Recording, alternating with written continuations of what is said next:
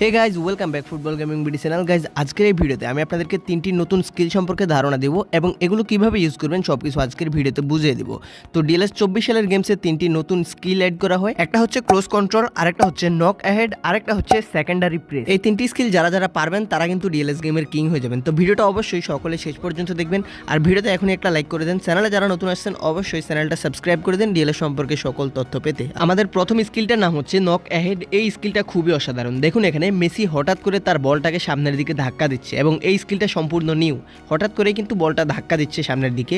প্রতিটা স্কিলই ফলো করুন। এই স্কিলটা আপনি যদি বরাবর জায়গায় ব্যবহার করতে পারেন তাহলে আপনি কিং হয়ে যাবেন ডিএলএস গেমের। সো এখানে দেখুন মেসি কিন্তু খুব সহজে বলটাকে ধাক্কা দিয়েছে এবং ধাক্কার সাথে সাথে ভালো একটা স্কিল পাওয়া গেছে। ও লুক এট দ্যাট হিয়ার। মেসির ভাবটা দেখেন এখানে কীরকম পাশা নাড়াচ্ছে। ও মাই গড। আচ্ছা যাই হোক, এখন আমরা টিউটোরিয়ালটা দেখাচ্ছি আপনি কিভাবে এই স্কিলটা কাজে দিবেন বা এই স্কিলটা ব্যবহার করবেন।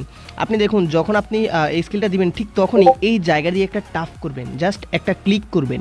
একটা ক্লিক করলে কিন্তু আপনি এই স্কিলটা পেয়ে যাবেন। দেখুন আমি এখানে একটা টাফ করলাম এবং বলটা সামনের দিকে ধাক্কা দিল। এগেন আমি টাফ করব, এই টাফ করলে কিন্তু একটা ধাক্কা দিচ্ছে, টাফ করছি একটা ধাক্কা দিচ্ছে। তাহলে আপনি কী করবেন, ঠিক যখন আপনি স্কিলটা দিবেন ঠিক তখনই আপনি একটা টাফ করে দেবেন ডিসপ্লের মধ্যে। এই জায়গা দিয়ে টাফ করলে কিন্তু আপনি এই স্কিলটা পেয়ে যাবেন। এর পরবর্তী যে স্কিল এটার নাম হচ্ছে ক্লোজ কন্ট্রোল।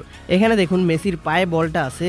মেসি কিন্তু ডিএলএস গেমের নর্মালি যে স্পিড ওই স্পিড থেকে একদম স্লোলি হাঁটতেছে এই স্কিলটা ব্যবহার করার কারণে। যেমন এখানে মেসি বর্তমান স্পিডে আছে, যখন আমি স্কিলটা ব্যবহার করলাম তখন মেসি একদম হাঁটতেছে, বলটা নিয়ে শুধুমাত্র হাঁটতেছে আর কিছুই করতেছে না। এই স্কিলটা ব্যবহার করলে প্লেয়ার শুধু হাঁটবে, দৌড়বে না। এটা কীভাবে ব্যবহার করবেন আরও একটা জিনিস দেখাই। এখানে জাস্ট ফলো করুন। মেসি কিন্তু বলটা পায়ের কাছে নিয়ে ঘুরবে বা হাঁটবে। আমি তো ঘুরাচ্ছি কন্ট্রোলের মাধ্যমে।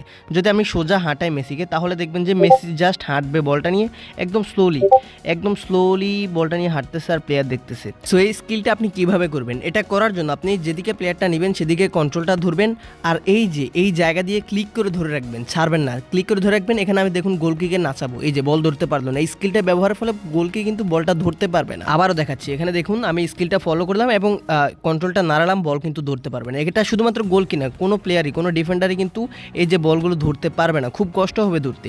তো এই স্কিলটার নাম হচ্ছে ক্লোজ কন্ট্রোল। এটা খুব ইজি। আর আমি ডিসপ্লের যে জায়গাটা দেখাইছি এখানে আপনি যে কোনো জায়গায় এটা ব্যবহার করতে পারবেন। জাস্ট আপনি ক্লিক করে ধরে রাখবেন, আপনি স্কিলটা বরাবর পেয়ে যাবেন। প্লেয়ার একটু স্লো হাঁটবে এবং আপনি স্কিল করতে পারবেন খুব সহজেই। মানে খুব ভালো একটা স্কিল করছে ডিএলএস গেমের মধ্যে। এখন দেখাবো আমাদের তৃতীয় স্কিলটা, যেটার নাম হচ্ছে সেকেন্ডারি প্রেস। এটা খুব মজার একটা স্কিল। যদি আমি আপনাদেরকে দেখাই, আমি এখন মেসি থেকে অপোনেন্টের পায়ে বলটা দিয়ে দিলাম এবং এখানে আমার কন্ট্রোল কিন্তু হ্যালেন্ডের কাছে, বাট দৌড়চ্ছে কে মেসি বাট হ্যালেন্ড দাঁড়িয়ে আছে এখানে দেখুন, এবং বলও নিচ্ছে কিন্তু অন্য প্লেয়ার। হ্যালেন্ড কিন্তু দাঁড়িয়ে আছে, দৌড়চ্ছে না, অন্য প্লেয়ারকে দিয়ে আমি কন্ট্রোলটা করাচ্ছি। তাহলে এই যে স্কিলটা এটা আপনি কিভাবে করবেন, এটা কিন্তু যারা কাজে লাগাতে পারবে ভাই তারা কিন্তু খুব মারাত্মক খেলতে পারবে ডিএলএস গেমটা, যারা কাজে লাগাতে পারবে এই স্কিলটা সঠিকভাবে। তাহলে এটা কিভাবে করবেন চলুন দেখিয়ে দিচ্ছি। আমি একইভাবে অপোনেন্টের পায়ে বলটা দিয়ে দিলাম এবং কন্ট্রোল ছেড়ে দিচ্ছি। দেখুন আমি কন্ট্রোল ব্যবহার করতেছি না, কন্ট্রোলে ক্রস এবং ব্রিতে ক্রস, প্রেসার দিচ্ছি না, শুধুমাত্র এই জায়গা দিয়ে ক্লিক করে ধরে রাখবো। এখানে দেখুন মেসি দাঁড়িয়ে আছে কিন্তু অন্য প্লেয়ার বলটা নিচ্ছে। যেমন মেসি এখানে দাঁড়ায় থাকবে এখন, কিন্তু বলটা নিচ্ছে অন্য প্লেয়ার, শুধুমাত্র কোনো কিছুই ব্যবহার করা যাবে না। এই জায়গাটা দিয়ে ক্লিক করে ধরে রাখবেন, তাহলে এই স্কিলটা ব্যবহার করবে। দেখতে পারতেছেন এখানে রড্রি খুব সহজে বলটা কিন্তু নিয়ে ফেলছে। নেইমার দাঁড়িয়ে আছে, এখন রড্রি বলটা নিয়ে ফেলছে, দেখছেন। তো এই স্কিলটা ব্যবহার করার জন্য জাস্ট আপনাকে কিছুই করা লাগবে না, শুধুমাত্র এই জায়গাটাতে ক্লিক করে ধরে রাখলেই আপনার এই স্কিলটা পারফেক্টলি হয়ে যাবে।